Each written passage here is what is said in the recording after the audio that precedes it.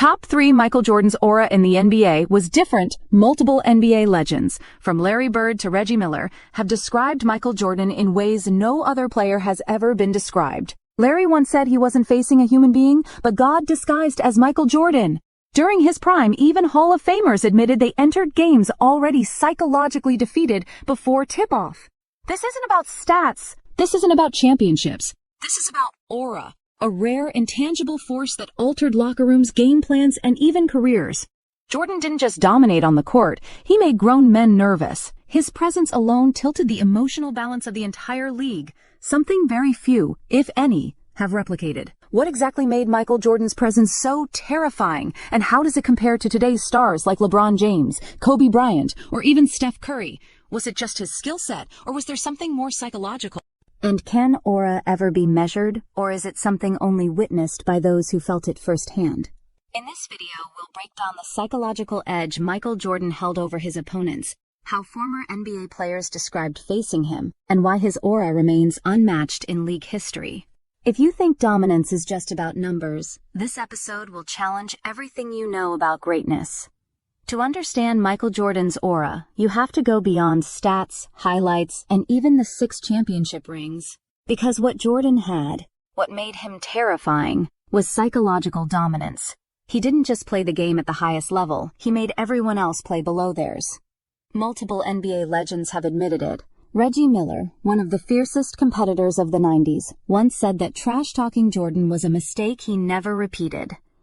Gary Payton, known for his mental toughness, said he looked forward to guarding anyone, except Michael.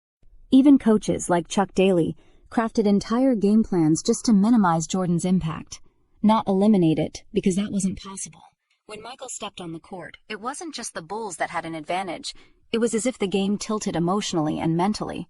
The crowd changed, the referees became alert, the opposing stars got tense, and no one, not even Hall of Famers, could fake confidence when Jordan locked in. The moment he started to sweat and lock eyes, you could feel it. His intensity wasn't just contagious, it was crippling to the unprepared. Even Larry Bird, after Jordan dropped 63 points on the Celtics in a 1986 playoff game, didn't praise his scoring. He said, "That was God disguised as Michael Jordan." That statement alone says everything. It wasn't just talent, it was presence. The aura wasn't mythology. It was lived experience by those who had to face him. And in the next part, we'll break down how that aura affected real games, how players underperformed against him, and why that type of dominance is nearly impossible to replicate in today's NBA. Michael Jordan's game was surgical, every move calculated. But what truly separated him from the rest wasn't just execution, it was the emotional chokehold he had over opponents. Let's talk about what really happened when players faced Jordan. During his peak years, opposing stars had statistical drop-offs that aligned suspiciously with Bulls matchups.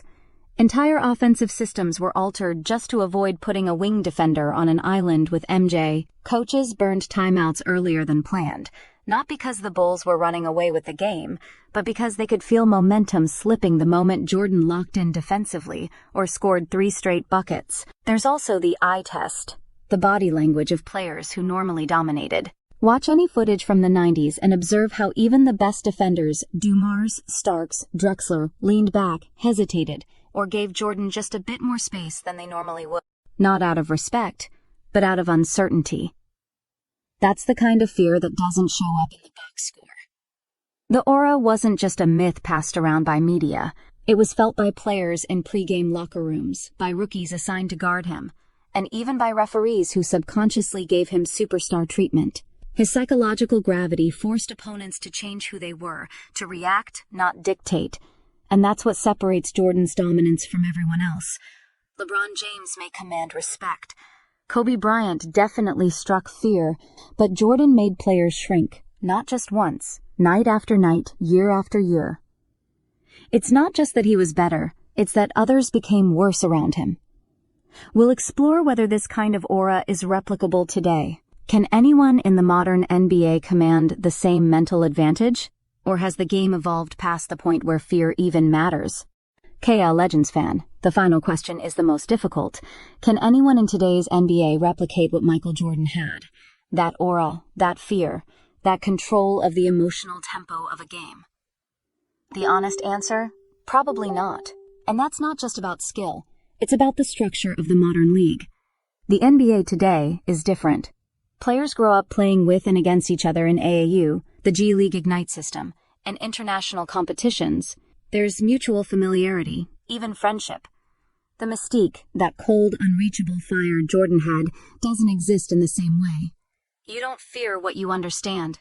Jordan's aura thrived in an era of distance and dominance. You couldn't reach him. You couldn't laugh with him. You didn't DM him. He was a killer, and killers don't explain themselves. Kobe Bryant came closest.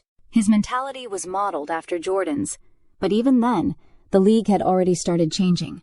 LeBron James commands respect, but he inspires more admiration than intimidation. Giannis, Steph, Luka, they dominate, but they don't control minds.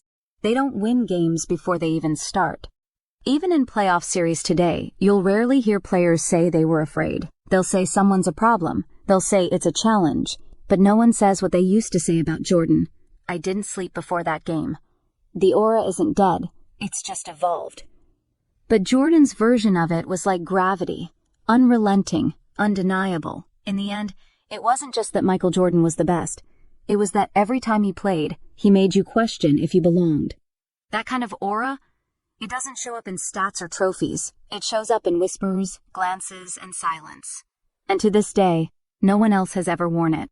In the end, what set Michael Jordan apart wasn't just the 6 championships, the 5 MVPs, or the countless game winners.